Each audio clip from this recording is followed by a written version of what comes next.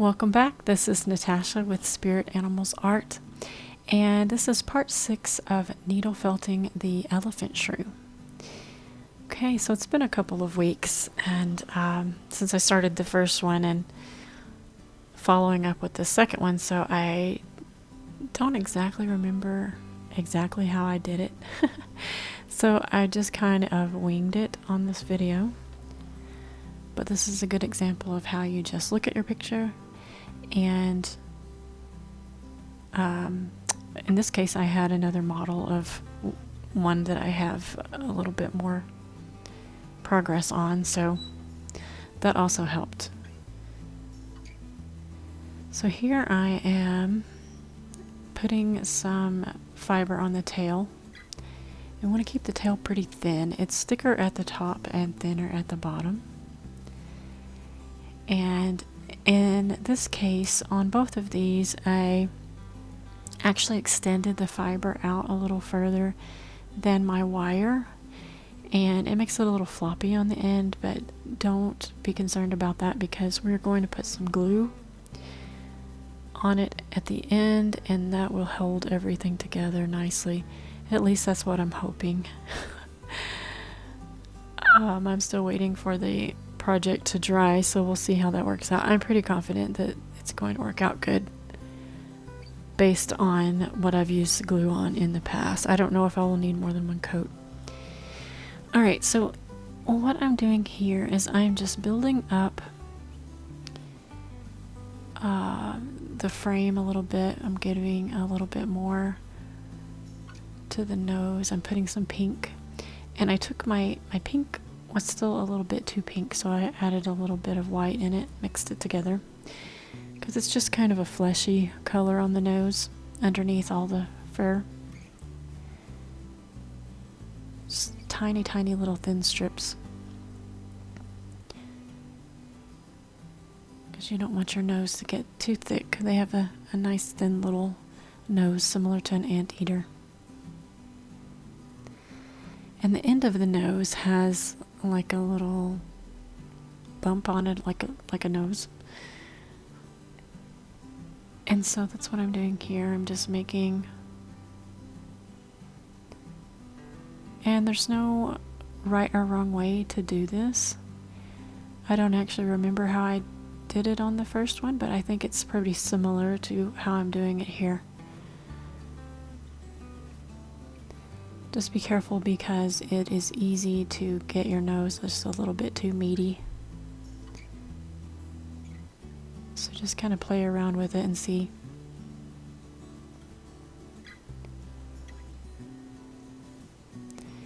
And this takes quite a bit of stabbing, and I stabbed for a while with a twisted needle, and then I realized I need to get my triangle.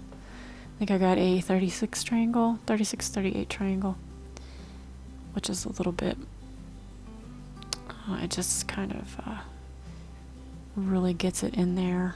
It's a sturdier needle, and it just seems to do better on your initial felting.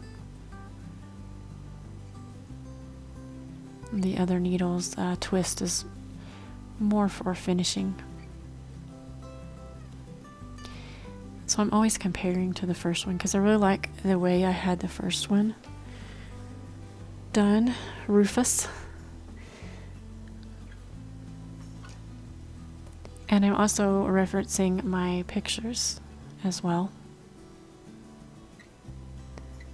That's going to be very valuable, especially on an animal such as this that's a funny looking, kind of rare type animal to see. Your intuition may not guide you very well on how things should be because the way it actually looks is unique. And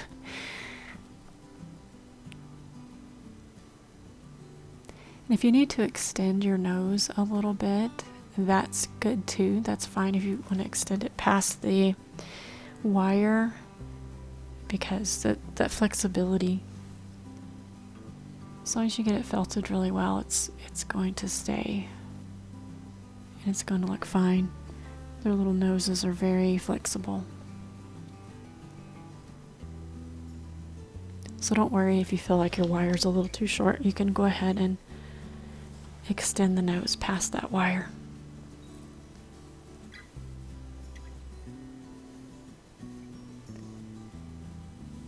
And I'm sure to make some little nose holes at the end here in a minute when I get it nice and formed. I will make some little nostrils just with some brown fur fiber wool.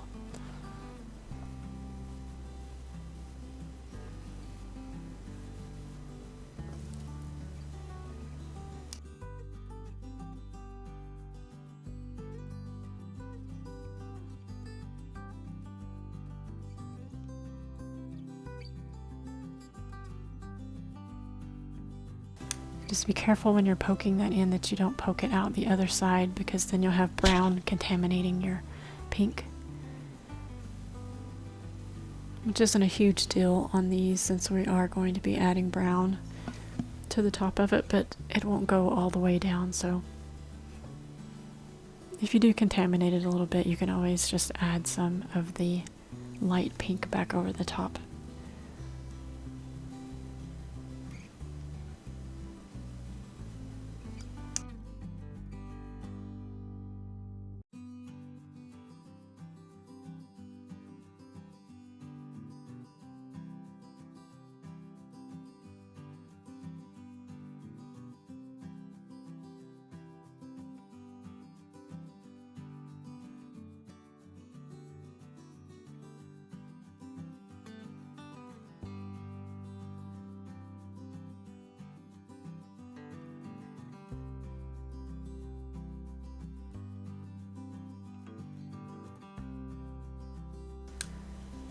So I'm looking at the head, and we need a little bit more muscle and meat on the head.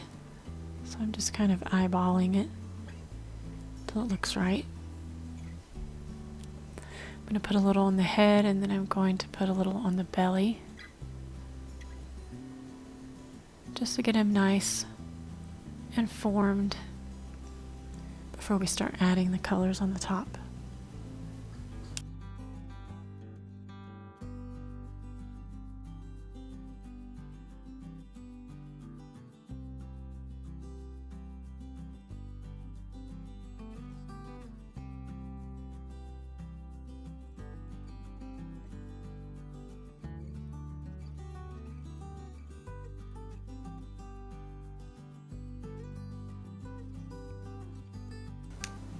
Here I'm beginning to form the lower jaw, and their lower jaw is very subtle, and so you may have to play with it a little bit for the placement. So just tack it on there, and you can move it again later if you need to. And I have different shades of the brown, and so I'm just kind of deciding, getting a little color on there because the nose has different shades of color. And I think I've decided that I'm going to make her slightly different colored than him. They're both going to be the same color, but they'll have slightly different markings, just to make each of them unique.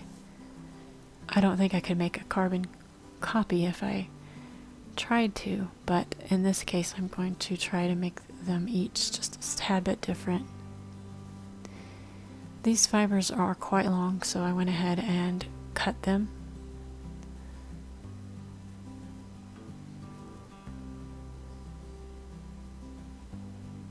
Just getting some color on there. There's no right or wrong way to do this. You just keep stabbing till it looks right. And in this video, we're just going to put the first layer of color on, just to cover up the white.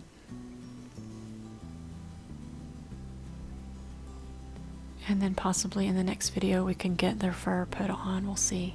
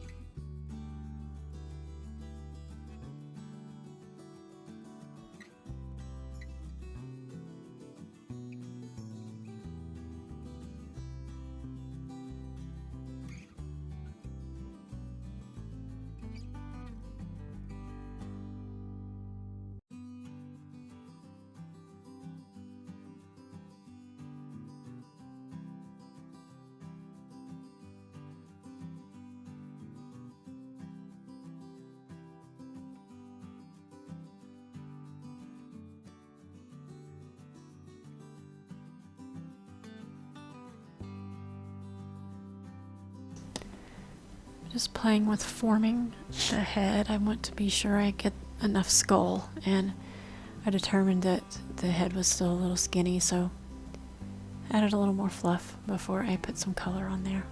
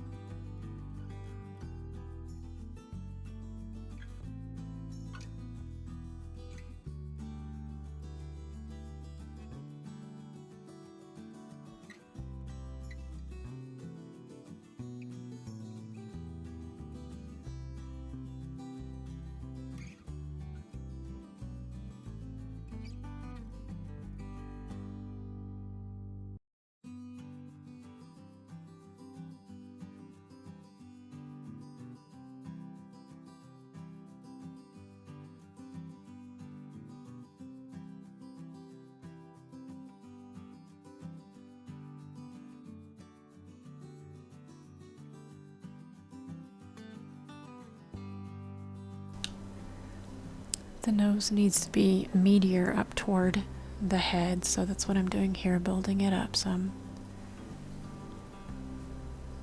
So it starts getting that nice taper.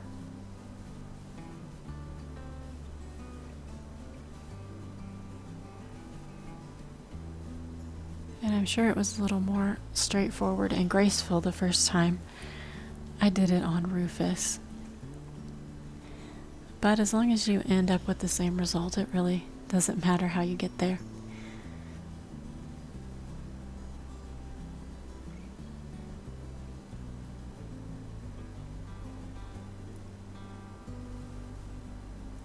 Just keep adding fiber, keep building up the colors.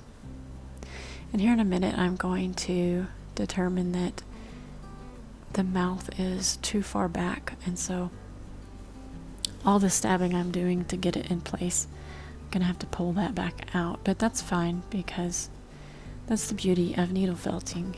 If you don't like what you have, you can add more, or if it's too much or in the wrong place, you just pull it off and change it. Very versatile, so don't get upset, just change it. Yep, they're ripping her poor jaw off. Pulling it up some more, and I'm much happier with that. It's a lot easier to find these things before you get the full fur and the full if you get to the very end and then you decide something doesn't look right, it's a little bit harder to change, so kind of pay attention as you go along. And even then at the end, if you need to change something, and you know, it's not unusual to chop a limb or a head off if need be and make it longer. You just do whatever you need to do until you're satisfied with your project. So I felt like she needed a little bit more meat, so I just added a little bit more fluff to her belly.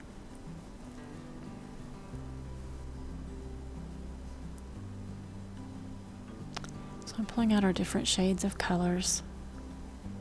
And this isn't the final coat here. This is just to get the white covered up and to just begin adding layers of color. The layers of color is what's going to give realism to your project. Make your animal look a little bit more animalish.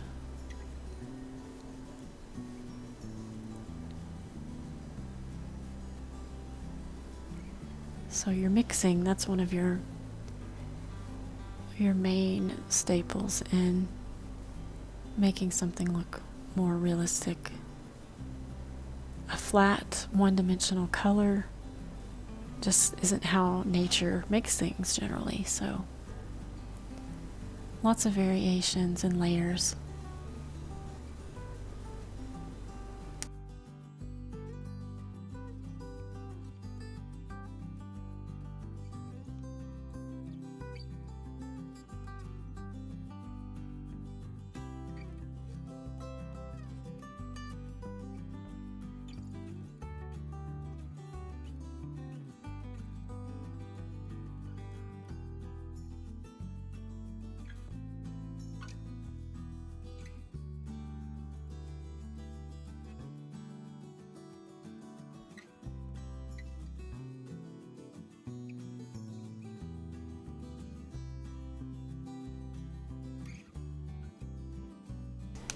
And make sure when you're doing between the legs, you don't bind your legs. You want to keep them mobile. You want to be able to still move them.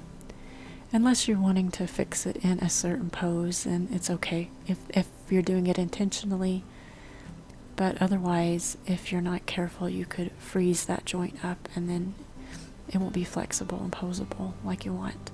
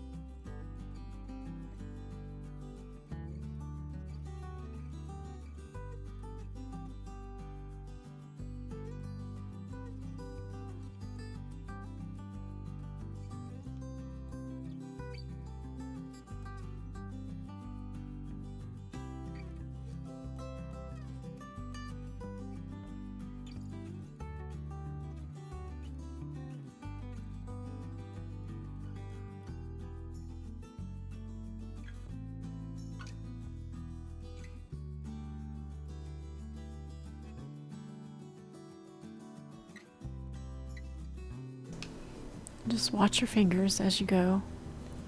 Don't get so involved in what you're doing that you're not watching where you're stabbing. So there we go, first layer of color. And now we're going to work on the eyes. And the eyes kind of stand off from the head. Remember in the other video I showed you how to make these glass eyes a simple way. So whatever eyes you've got for your critter. Now if you were to just lay them flat, they wouldn't look quite right, because if you look at your reference photos, the eye stands out. So what I do is I take a little bit of the wool of a matching color and I just roll it into a fluff ball, and I'm putting it there where the socket would be, and I am making it angle toward the back where it's got a thick spot and a thin spot. So when I glue this eye on here, it's going to look like the eye is standing out from the head, as if it were round instead of being flat.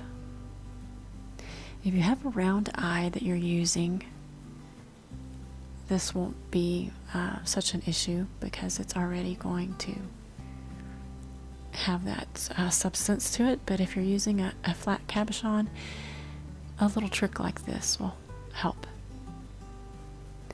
And you also need to decide what color you want to go around the eye, and these little ones, they have a really light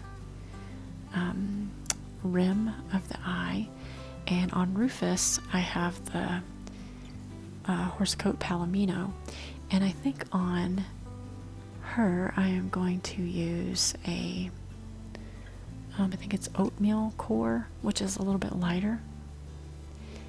And I'm doing that on purpose. I want them to be slightly different to each other.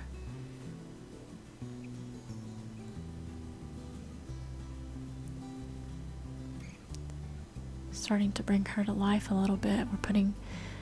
I've got my sockets angled about the way I want, and it can always be changed. And I'm putting a little tacky glue on there, getting them placed in position. And you have enough fiber underneath that you can still keep forming it and moving it. It's not completely stuck where you've put it.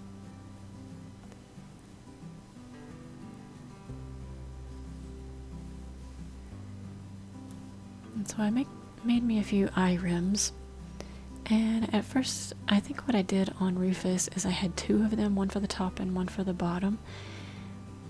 But these are pretty long, so it wraps all the way around, which is perfectly fine as well.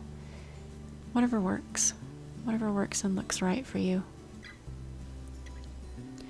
So I'm just forming it and just keep changing it as I go and pushing and just getting everything into place. Constantly adjusting.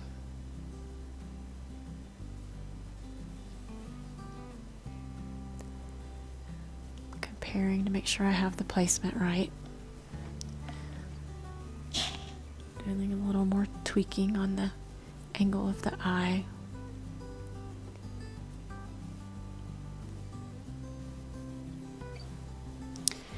And it's good to do both sides. That way you can make sure you have things symmetrical. So when you do one side of an animal, it's good to immediately do the other side. That way you can compare. I wouldn't recommend doing one side, taking a break for a day or two, and then coming back and doing the other side, because your mood's going to be different, your point of view is going to be different. And so the sides are going to end up being different, which isn't a too major of a thing, but it can be.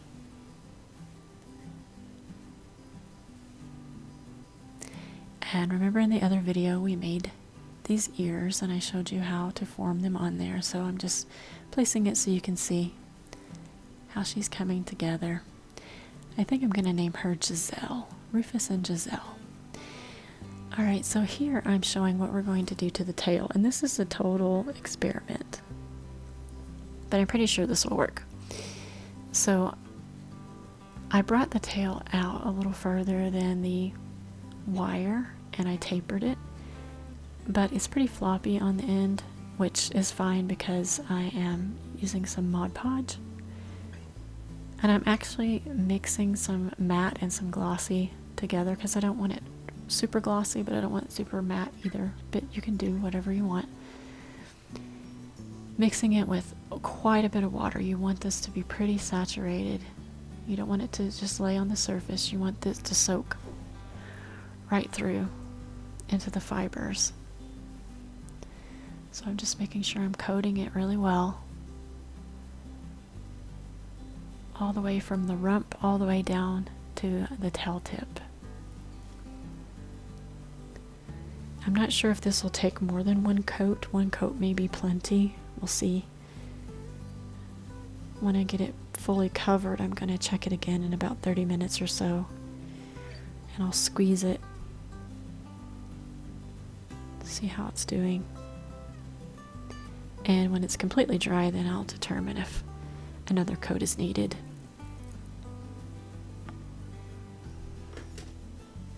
Their tails are what I would call a little bit ratty, kind of like a rat, where it's scaled a little bit, I guess you would call it. It's kind of a rough skin texture.